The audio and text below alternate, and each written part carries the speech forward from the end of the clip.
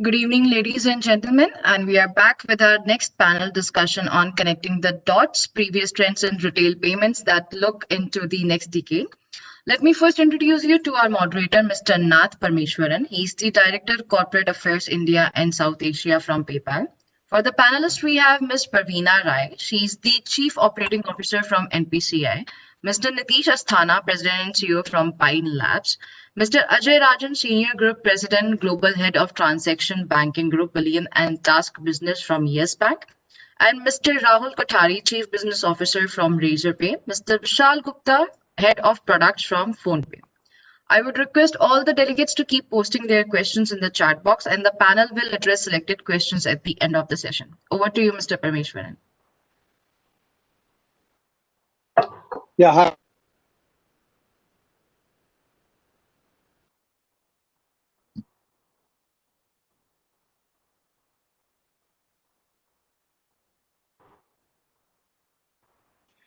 So we'll try to kind of keep it to the limited time that we have.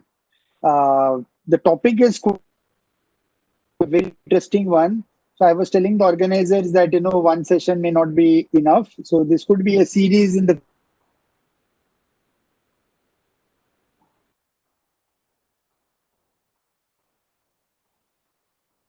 itself, right? It says looking forward to the new decade, and the sub themes are very interesting and very relevant to the panel that we are talking. It says reassess, reimagine, renovate, and revamp, right? So with that kind of a thing, what is resonating for us in particularly is very quickly assess where we are today with digital payments ecosystem, especially over the last 10 years. But more importantly, how are we looking at reimagining payments for the coming decade? And I've got a fantastic panel of experts and experienced industry professionals who is going to kind of do this together. The panel theme that we have for the next 30 minutes, probably being able to take a couple of questions at the end. The theme is around connecting the dots, look at the past trends and how do they inform us about the future. So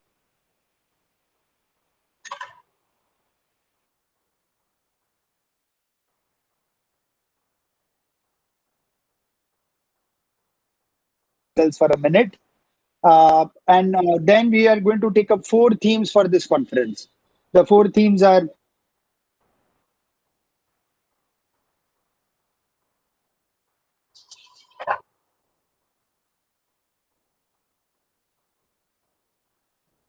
technology and how it is going to shape the payments ecosystem in the next 10 years. The third one is, of course, the influence of regulatory and policy on. And last one is looking beyond retail payments itself. There is a lot of work that has been done in retail payments, but payments truly can go beyond retail payments as well. So the panelists will give a shot at this. So with this thing, let me just take 2 minutes to set the context. I would start with the assertion saying that we are really in a special place as far as digital payments in India is concerned. This is, to my mind, not a accident. This is a result of last 10 years of work, and a variety of stakeholders have contributed to where we are. Now, when I say a special place, let's look at numbers. Okay, a record digital payment volume and growth consistently over the last few.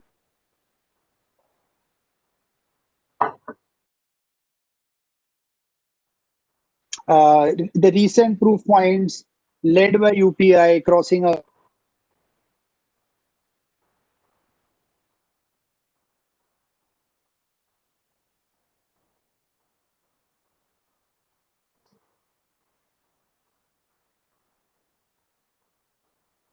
key factors. The first one is you need a leadership at the top which sets the vision. Okay, we have a prime minister.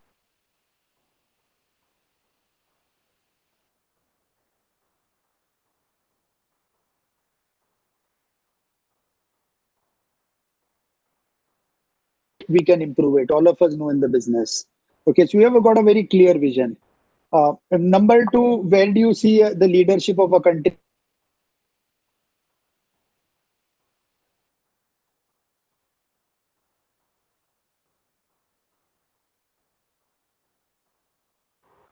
So once that is set up by the leadership, you have the role of Ministry of IT that was tasked with digital payments and promotion. Look at the specificity. They have set out consistently in a calendar year or in a financial year. 40 billion transactions is the target that was set by MITI last year. In addition, they haven't forgotten that digital financial literacy and cybersecurity is important. So their initiatives around that is super important. PMG Disha program, right, the largest of its kind of digital financial literacy, aims to train 60 crore Indians in 3 years. And Digital Suraksha Abhiyan to increase awareness about digital payment security and education and adoption. And then to my mind, the third angle, the super important role by the regulator. Regulator has been in its payment vision. What is heartening to see, of course, there are very clear goalposts on terms of payment growth, both in terms of value and volume. But they have even gone down in the latest payment vision document about reducing business and technical declines. In fact, even reducing fraud in the next years to 10% or below. So it's fascinating to see the vision and the rigor like a business is run. Okay. On the innovation side, there is regulatory sandbox from the RBI, even forcing the industry to take a pilot where do payments where there is no internet or data connection. Okay, that's the kind of focus we have. Then we have Praveena representing NPCI.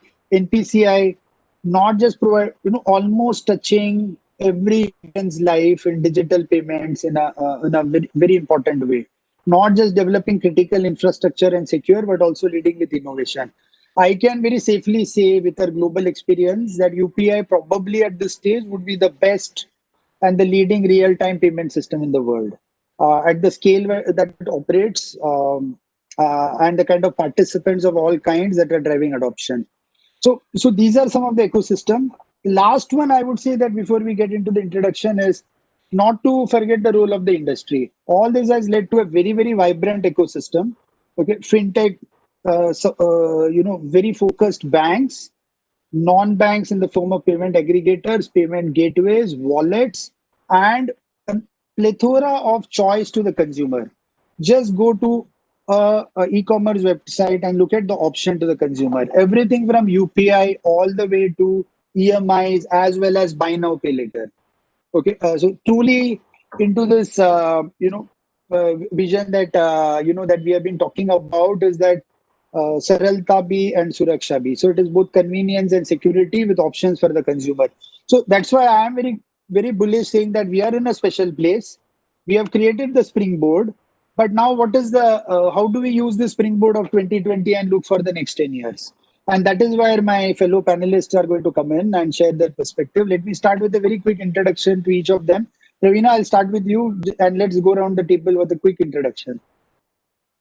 Hi, Praveena Rai, CEO of NPCI. I manage the business and the tech and ops delivery for NPCI on a day-to-day basis. So all the exciting stuff that Nath just mentioned, falls right into our lap. No day is the same. Wake up every day morning to a new problem to solve, and it's very exciting from there. Hi everyone, this is Nitish Asthana, President and Chief Operating Officer of PineLabs. Hi, this is Vishal. Basically, I am part of PhonePe product team and been basically managing product team, design function, and customer experience for the basically longest time since I've joined PhonePe. Hi everyone, this is Ajay Rajan here. I run the transaction banking business for Yes Bank. So basically all the exciting stuff that Nath spoke about, from a bank perspective, goes through my shop. Hey, hi everyone, I'm Rahul Kothari, CBO at Razorpay. Brilliant. So, thanks for this quick introduction. So let me just straight away dive in with the first theme.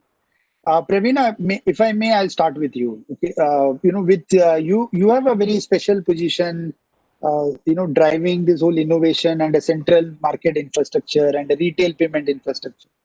You folks have been really rocking. So how do you see this next 10 years from an ecosystem perspective, which to my mind, comprises of consumers, merchants, government as a big receiver and sender of payments, and the entire infrastructure that we have put together. I'll request you to share your insights, and then we can just go around the table. Thank you, Nath. So, if we just look at what we have done in the last few years, which has created the success that we have today, that will guide us into what perhaps the future looks like. Not to say that the future will replicate the past, but it gives us some perspective with which to try and gaze into the crystal ball, which is, I think, something like what we're trying to do today.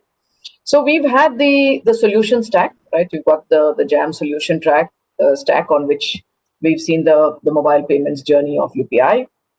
The great story around interoperability, having the kind of architecture by which any bank account with any app can operate interoperably, creating a choice for the consumer. So really opening up that window so that user experience start becoming key, and every player in the ecosystem is then challenged to provide the best experience to the customer, continuously keep eliminating that friction. And this was done through the what I would look at as a third pillar, which is the collaboration between the banks and the fintechs. Now, if you look at these three areas, they've looked at the entire pyramid, right from the assisted model with the financial inclusion all the way to your mobile first users, your digital natives who are just on their phone handling their entire life. The entire customer base has been covered. End to end, your B2C and B2B supply chain has been covered. And if you look at a customer's journey, right from onboarding with video KYC to a transaction to a purchase of a good and service to a payment and then to an issue resolution. So, we've sort of ticked all these boxes, but however, there's a lot more depth that needs to be addressed. And, if I look at maybe the first phase of the next decade, we will have a lot of problems to solve, getting each one of these pieces right. We are not in any place where we have 100% digital penetration in the country. So as we keep deepening these spaces from the business model point of view, we will move towards what the first half of this period is going to look like. The other big driver will really be the technology aspects, which I think the current tech stack is really cutting edge, but I'm sure the exponential curve will hold good there, and we will surprise ourselves with everything that we will do with AI, ML, and the kind of tech that can really drive us way into the decade with IoT devices and so on and so forth. And I'll let my co-panelists talk in more detail about that. But this element of the players we spoke about, and today we're talking banks and fintech, but you have neo banks coming up. We potentially have regulators considering bringing new banking players from the corporate world. You've got NBFC. So it may not be as simple as the way we talk of it today, which itself was a revolution for the bank and fintech collaboration. But that could be another big game changer for the decade to come. So I think these would be some of the big plays, just looking into the next decade, that could really change the nature and create the next jump of growth. No, excellent. What struck me when in your remarks was, we take it for granted the interoperability. It is quite amazing. Very, very developed economies have a lot to learn from India. They are looking at India of how we can take a stack like this and really make it interoperable. It's not innovation just at the edges, but the central infrastructure itself innovating mobile first, API first approach. Thanks a lot. So, if I just double click a little bit, you mentioned about, how important this is for consumers and merchants. In a two-sided payment network, it is merchant acceptance that drives payment adoption. So there, Nitish, with your background, and where PineLabs is offline to omni-channel, how do you see merchant acceptance, shaping up in the next decade? And what kind of solutions and needs and challenges are going to be posed by the merchants in a very, very large country like India, and possibly also wanting to go international? So Nitish, your Thanks. perspective will be very Thanks, useful. Nath. So, if we just kind of rewind 10 years ago, I think we were sub 1.5 million merchants accepting digital payments.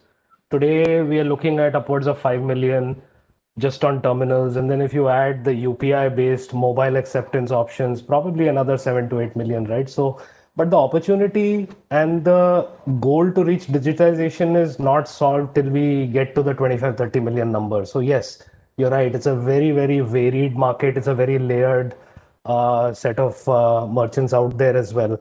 The way I look at it, there have been a couple of very important events which are uncontrollable. There was demonetization, there's COVID-19. Obviously, that's kind of spurred on the adoption curve. When we go and research our customers, the merchants today, basically what they're telling us is that, what I want to do today is I want to attract more customers into my store. I want to digitize my store, starting with digitizing payments. I want to sell online and I want to access credit. These are the four problem statements that merchants are telling us, and these are small merchants, right? So I kind of see this as more of an infrastructure play, right? Whether you look at terminals, when you look at terminals and terminalization, the technology of Android and APIs is what kind of creates probably the opportunity for us to use the infrastructure to digitize stores itself. Who's to say that a small merchant should not access the tools that a large merchant has, whether it means connecting to their customers through CRMs and offers, whether it means, modernizing their inventory management, connecting to the supply chain, accessing credit, and of course, doing payments as well. I think the Android platform, as well as the API methodology, kind of will make it a reality. We're already seeing this at PineLabs. We opened an app store for 50 third-party developers, and we opened up APIs for payment. So if a merchant downloads an app, the payment is already integrated onto that. So I think we move in that direction where commerce and digitization of stores, democratizing that software for smaller merchants will become a reality. And when we go to the second part of the market, which is really small businesses which are adopting to the mobile apps, we are really talking about low cost acceptance. And when we talk about contactless tap on phone technology, which obviously is being piloted and several players are going to launch it, suddenly opens up a very large population of debit card customers with contactless cards without the need for expensive terminal hardware to sit in the merchant outlet. So I think it is going to kind of popularize payments in a big way. Of course, there's a lot of confidence building measures that we need to continue to invest on. But even that mobile app, I think as we go into the next decade, will serve as the repository for various other financial services. I think who's to say that you can't actually access working capital loans on that? With the neo banking rails coming through, we should be able to provide access to the small business on their banking application itself. They should become users of credit cards as they access procurement into the supply chain. So again, just to summarize, I think the trends are really using payments as infrastructure as the hook, but payments is not the end game. I think there is a way of using this technology to democratize the software and the services that surround it. Economics, I think, is an important piece. One of the things which is spurring this technology development is also because economics on payments, particularly in UPI and RuPay debit cards, is not available at this point in time. So maybe that will change. But I think business models will continue to evolve around solving more than payment needs for the merchants over the next 10 years. That I'm sure of. Okay. Okay. Nitish, I'm just conscious of time. I will quickly request Rahul if you can just add Rahul quickly to what Nitish said, because you are Razorpay, another major player in merchant payments. You guys have trailblazed quite a bit, also a unicorn now on the payment side. So why don't you quickly add a couple of points on merchants, No, sure. merchant payments for the next decade? Sure. First, I can't agree more with what Nitish has already said in terms of the new business model evolving. I think payments primarily will become just an enabler for far more things that merchants want to do. Primarily, I think if I just try to summarize, three major changes in the overall way merchants look at payments will change. One is, I think the overall use case for payments for merchants will become much more deeper. It would be around, okay, getting EMIs or some credit. It would be around sending reminders to get the payments, around those things. That I think one major thing would happen. Like today, for example, Stripe launched the retention cohorts for their SME merchants. I think Indian market is far away from that. That's something I think we'll move towards. Second is there's a huge base of the overall merchants who have come up which are using P2P payments right now. As they will graduate, I think the overall P2M payments will also kind of really expand. That's the second major thing I would kind of foresee. And I think while everybody talks about payments as somebody accepting payment, a lot of transformation is happening in the overall dispersal side of payments as well. How incoming payment can be kind of really structured, how it can be aligned, reconciled, and overall disbursement can be done. So I think it will become an overall end-to-end payment suite rather than just kind of merchants thinking about accepting payments. Got it. So basically, from Nitish and you, Rahul, I would summarize saying that payments is almost become a retail operating system, go into the background, but will play a very important role. And other side is the merchants will need access to a full suite of products, end to end. With that, Vishal, let me just to take the on the first theme. Uh, the story is incomplete on the second net without the second leg of the two-sided network, which is consumers. It is ultimately they who will drive the adoption and the industry. So, Vishal, you are in a very unique position of a leading UPI player. You have your PPI wallet. You have got a big, I would say, flywheel with Flipkart and now part of Walmart itself in terms of helping customers shop online. So, from a consumer side, what are the key trends that you see shaping in the next decade? Sure. Thanks, Nath.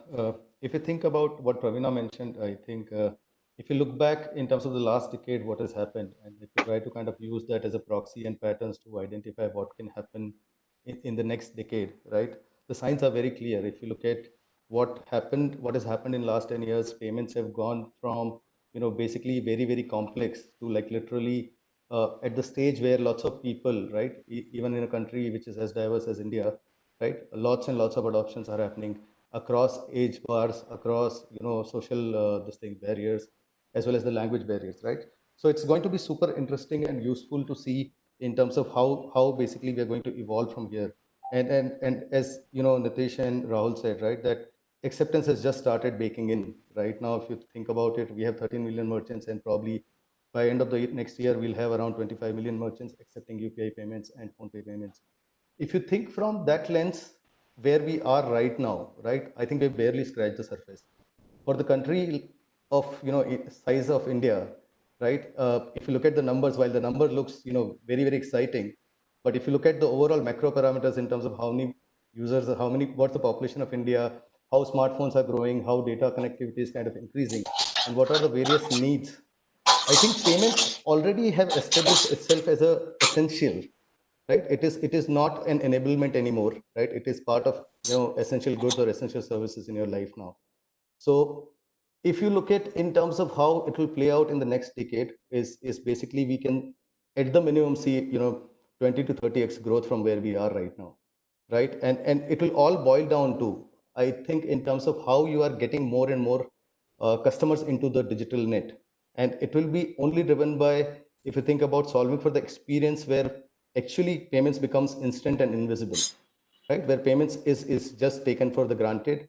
And if you are like thinking about the challenges which has been there in the payment industry earlier around security, around the risk associated with it, right? Now technology is playing out really interesting roles over there. And basically you don't need to kind of create experiences which are like difficult for 99% of the user when you're worrying about that 1% of the risk or 1% of the frauds, right? Technology will basically reduce risk further and further, and basically make the experience seamless further and further towards every dimension or every cohort of the audiences, if you think about it, right? uh, UPI is a great example, right, where it kind of brought in the payment experience from, let's say, net banking password to two-factor authentication, and it kind of brought it very analogous to ATM pin kind of model, right? All you need to do is what you do using, to withdraw your cash. Similarly, basically now you're just entering your pin and making the payments. Uh, so it will be very interesting to kind of, figure out and identify and bring in intelligence into the entire payments ecosystem, right? You can't kind of solve for by giving one unified experience to everyone. You need to be aware of the consumer journey, and then basically depending on the consumer journey, offer them right thing at the right place at the right moment, right? That's what is basically going to bring more and more people into the net. You can't overwhelm your customers by bringing in lots of use cases, right? You need to kind of just make them walk through the journey, as we kind of look at PhonePe, send, spend, manage, grow, and basically distribute the services in a very seamless and convenient manner, where people have to stop worry about the friction or the hurdle of knowing and learning about it, right?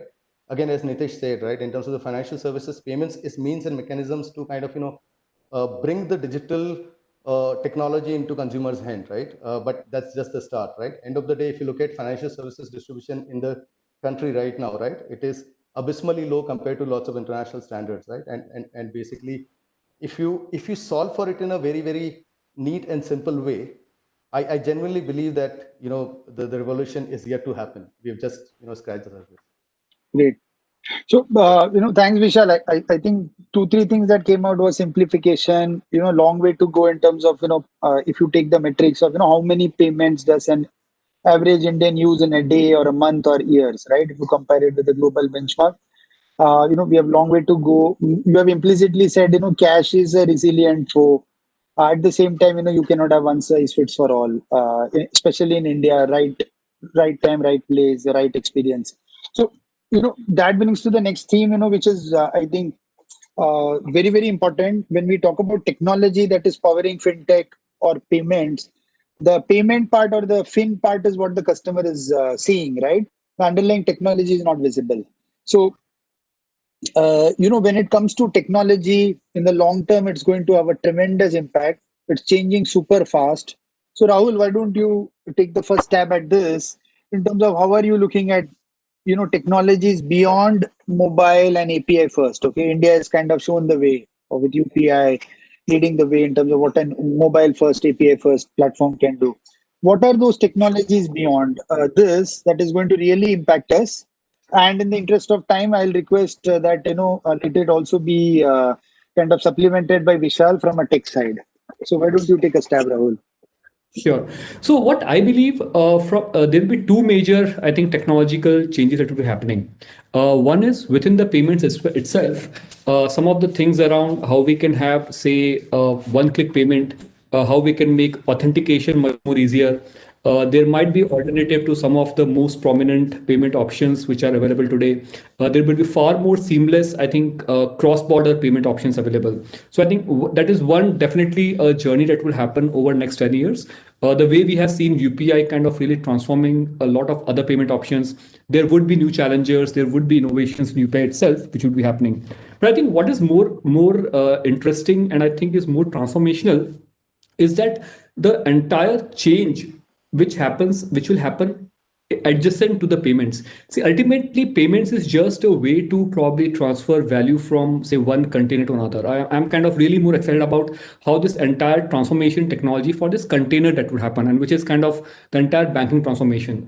Already, I think there are a lot of companies which are working on how to make the life of a business very easy by managing end-to-end money, which would be in terms of accepting payments, disbursing payments, investing money, processing payroll, etc. If you see today, everything is pretty much disjointed, and therefore there are so many Excel sheets, there were different recon tools which do not talk to each other, and therefore I think payments become in some ways more of a pain for anyone to really kind of reconcile and really to make meaning of it, consistent meaning of it, rather than something insights which directly come. So I think a fundamental transformation will happen in the entire, I would say, the banking platform, or at least for select set of merchants, which will be more of a technology led, probably a more of a tech first approach towards finance rather than the finance first approach and then kind of technology being enabler.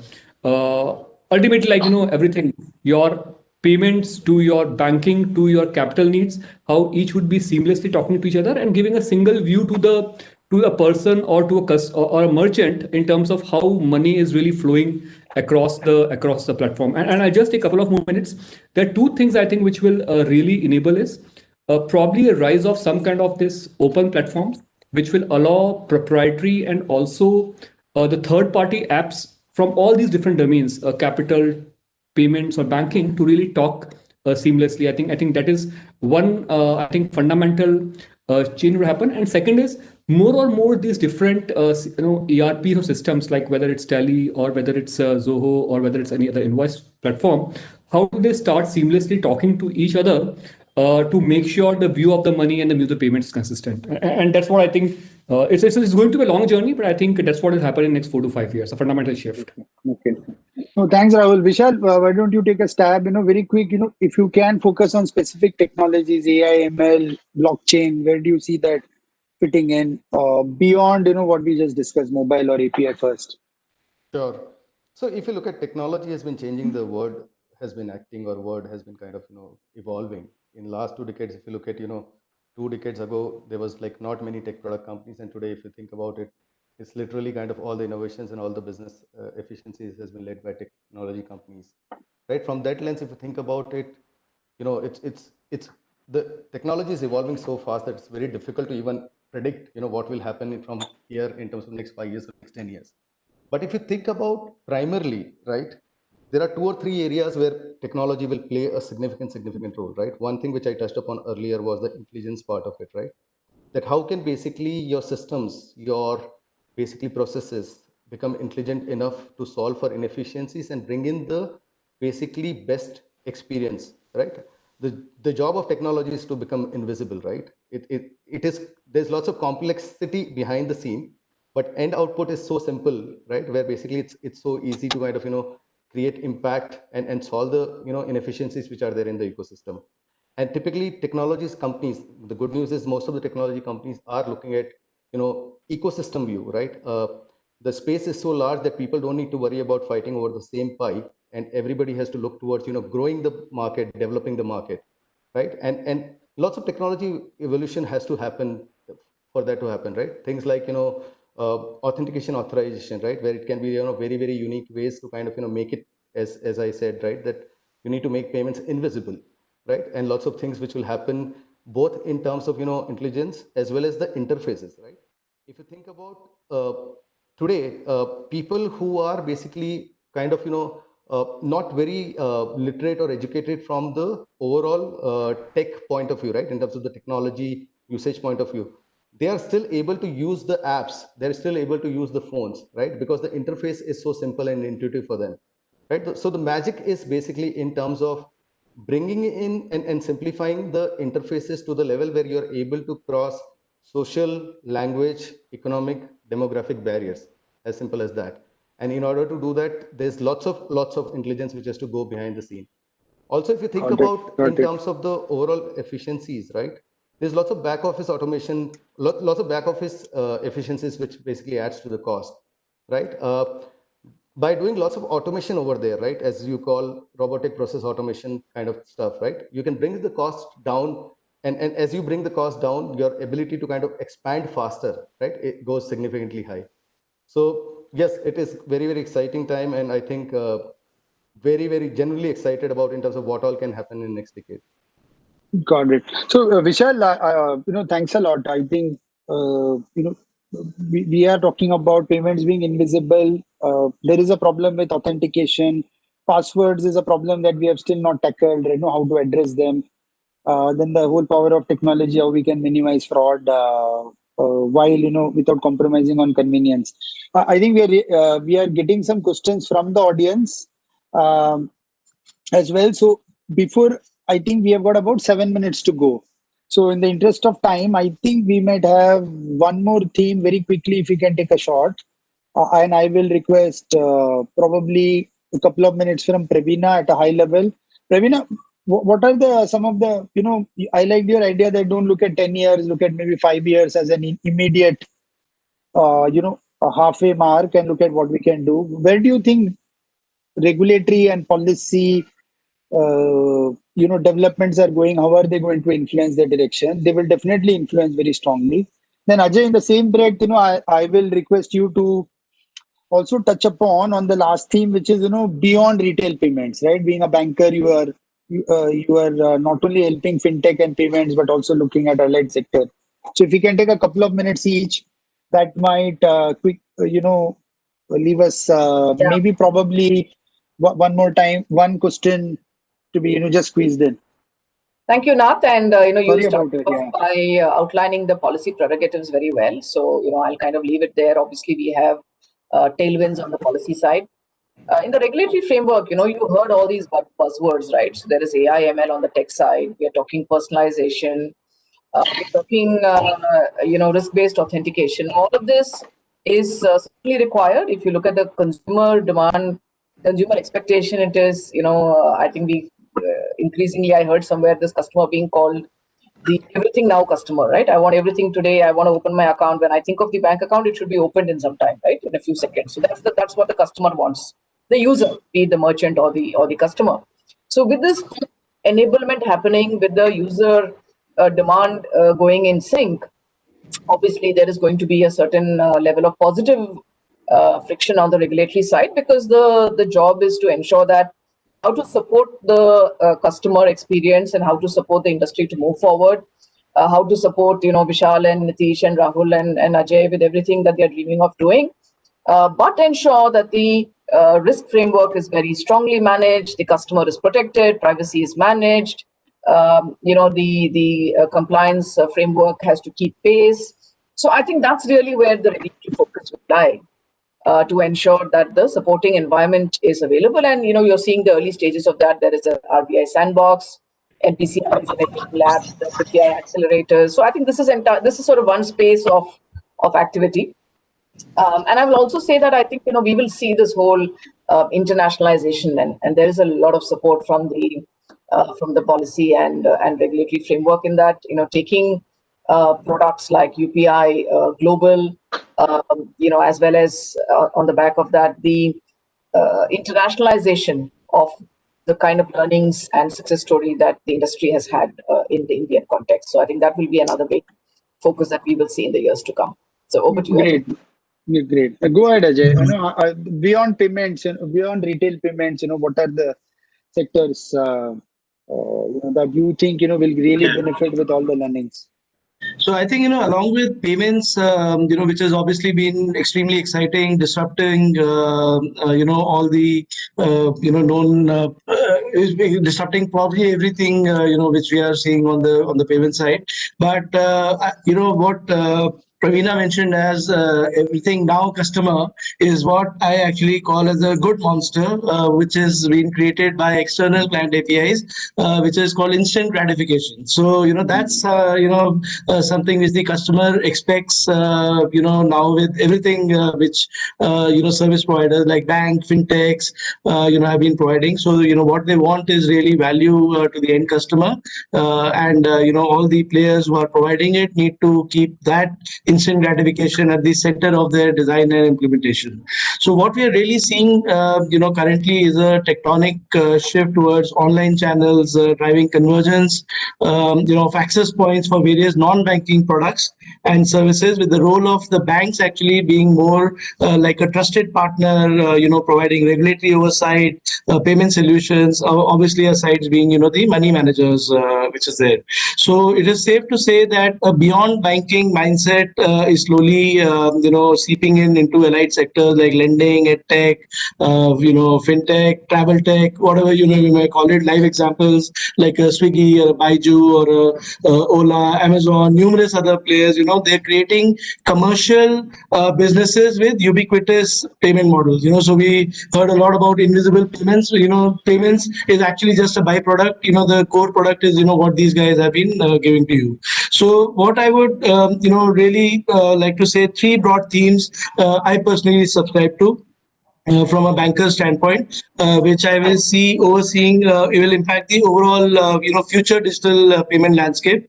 One, it is, the age of platform economy. So, which is clearly a plug and pay business model, which allows multiple participants, both the producer, consumers, to connect, interact, create, exchange value. All the above examples, really, shows that. Second, this is the age of collaboration. So, value of establishing right strategic partnerships has never been greater. It can extend products, platforms into new markets, expose brands to new products and platforms, build scale. So that's the second theme. The third theme is data and the age of enhanced data utilization. So with all these sources of data technology to provide insights, there is an unparalleled opportunity which I believe to identify customer needs, and have a very sniper approach to give an appropriate, product proposition, to the customer. So it's really by giving all the three, this partnership can develop faster, easier, and sometimes even cheaper, products than what standalone only a traditional bank can do. Last, if I may, just take a minute, as an added point, neobanks, the advent has already disrupted, the financial sector industry. The success factor is, full digital offering, which is really catalyzed or based on a superior customer experience. And in India, we are seeing, a flurry of neobanks, spreading across use cases, be it, payments, be it what started as payments actually, but now account opening, investments, providing dashboards, credit debit card issuance. So, and given that neobanks are not regulated, they actually there's a natural synergy or a tie-up with the traditional banks, to provide all these solutions. So in the long term, I would believe that, banks and neobanks will actually converge, and banks will provide products and solutions to neobanks who will and enhance their product offerings, who will in turn, kind of co-manage customers along with the banks. Great. Thanks, Ajay. I think we are running out of time. I've been pinged by the organizers that the next session is about to begin. I must thank all of you for a wonderful insight. Like I want, the topic is so exciting and expansive. We were running the risk anyway. So now I must thank all the panelists. In summary, I must say that the way we are looking at is really a springboard for the future. Very bullish about where India can go. Internalization. We can take really our innovations global, and the footsteps, or the baby steps towards neo banking is being undertaken. So all in all, the way I am seeing it is that the user is at the center, driving the car. We have to give him a break so that he can go faster, the break being cybersecurity. And the other external guardrails for him to drive this very safely would be fair business practice and, strong compliance culture in the organizations. I think with all the stakeholders working together, we could actually, look at further accelerating this entire revolution in the coming decade. Thanks a lot, everyone. Thanks to each one of you for your contribution. I Thank you, will hand man. it over back to Thanks our for hosting. host, Shivani. Thank you, Mr. Parameshwaran. Thank you, all the speakers. I would like to thank all our speakers who made this discussion super exciting. Another thanks to our title partner, Lyra, powered by partner PhonePe, agenda partner PayPoint, payment partner PayU, gold partner Visa, Freshworks, and AWS. I would request everyone to please stay tuned for other panel discussion. We are signing off. Thank you, everyone. Yeah, Shivani, there's a question from the audience. We can take it separately, okay? Please, Of course. we can get one of the panelists to answer that. In the We'll do interest of that. time, we couldn't answer. Yeah, Thank you, thank sir. you. Thank you so Thanks a much. lot. Bye. Thank you. Bye.